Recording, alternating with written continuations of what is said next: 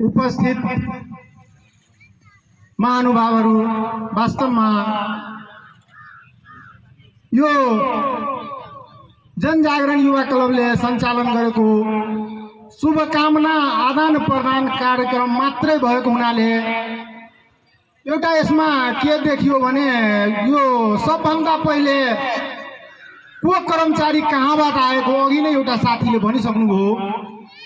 कम्तीमा कर्मचारी भेला भएपछि कर्मचारीहरू बीच परिचयात्मक कार्यक्रमहरू सबभन्दा पहिले एउटा राख्नु पर्दछ, जसले हाम्रो संयन्त्र जुन यहाँ छ गाउँपालिकाकै सबै कर्मचारीहरू छन्।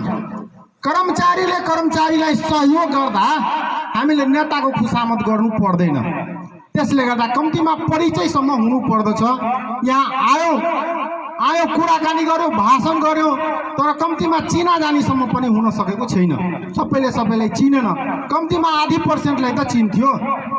अर्को कुरा, यो शुभकामना आदान प्रदानै कार्यक्रम हो भने कम्तीमा एउटा अबिरसम्म यहाँ राखेर गोलमेचमा सबैजना बसेर शुभकामना भनेको त्यस्तो हुन्छ क्या। कम्तीमा अबिर लगाएर हातमाला गरेर हात मिलाएर त्यस्तो एउटा भाषण गरेर शुभकामना होइन। मैले देखेको भोगेको कुराहरू त्यस्तो शुभकामना हुनुपर्ने एउटा हर्षोल्लास हुन्थ्यो। सबैले अबिर लगाएर कम्तीमा घरसम्म जान्थ्यो। कहाँ गएको भनेपछि शुभकामना आदान प्रदान गर्नको लागि गएको। हामी कर्मचारीहरू बिचमा यस्तो भएको, हामी राजनीतिक कार्यक्रममा त यहाँ आएका होइन। र अर्को कुरा के देखियो भने यो जनजागरण युवा क्लबमा हामी कर्मचारीहरू वास्तवमा आबद्ध त होइन। कर्मचारीले जे पनि गरिदिन्छ। अघि भने भ्रष्टाचारी गर्यो, कसले भ्रष्टाचारी गर्यो? नेताले गर्दैन, कर्मचारीले गर्छ। पैसा दिन्छ, कसलाई दिन्छ? कर्मचारीले। नेताले त आफ्नो हातबाट लिँदैन पैसा। त्यसले गर्दा हामी नै हो गर्ने, नेताले गर्ने होइन। हामीमा एकता हुनु पर्दछ।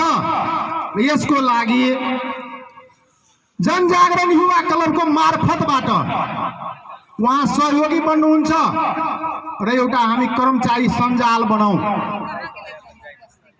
कर्मचारी सञ्जाल भनेको वडा स्तरमा बनाऊ र गाउँपालिका स्तरमा बनाऊ।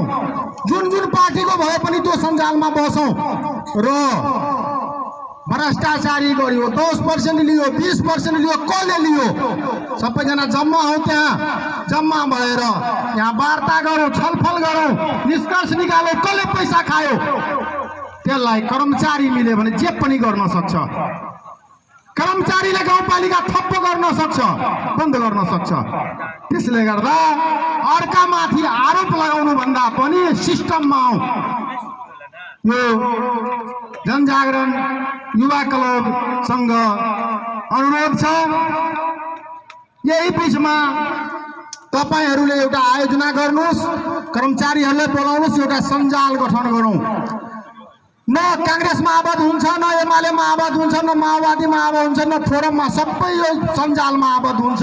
र हामी एक भएर काम गरौँ र हेरौँ गाउँपालिका एउटा नमुना गाउँपालिका बनाऊ। आदरणीय महानुभावहरू, एउटा भनाइ छ। अघि एउटा महानुभावले भन्नुभयो शिक्षाको स्तर खस्कियो। अर्कोले भन्नुहुन्छ यहाँबाट डक्टर इन्जिनियर बने होला। तर 5-7 वर्षको पहिलेको शिक्षा र अहिलेको शिक्षालाई तुलना गरौँ, कति फरक भएको छ। पहिले पढेको बने होला।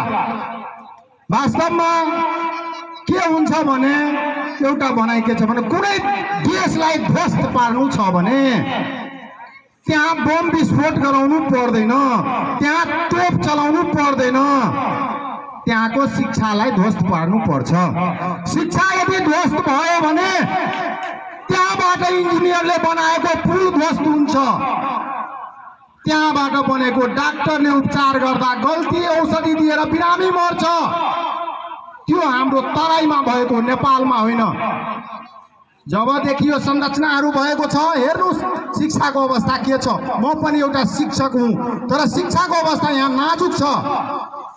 यो कुरालाई कसले सुधार गर्ने? हामीले सुधार, शिक्षित वर्गहरूले सुधार गर्ने हो। ध्वस्त नपारौँ, अर्काको बच्चाको भविष्य बिगारौँ। त्यसले गर्दा हामी एक हौँ र एक हुनुमा युवा जनजागरण युवा क्लबले यसमा सहयोग गरून्। हामीलाई जति बेला पाउँछ त्यति बेला हामी आउनको लागि तयार छौँ। यति भन्दै यो 2078 सालमा जति कर्मचारीहरू यो गाउँपालिका भित्रमा हुनुहुन्छ एकले अर्कोलाई सहयोग गरून्। गएपछि कसैको फाइल नफ्याकुन्।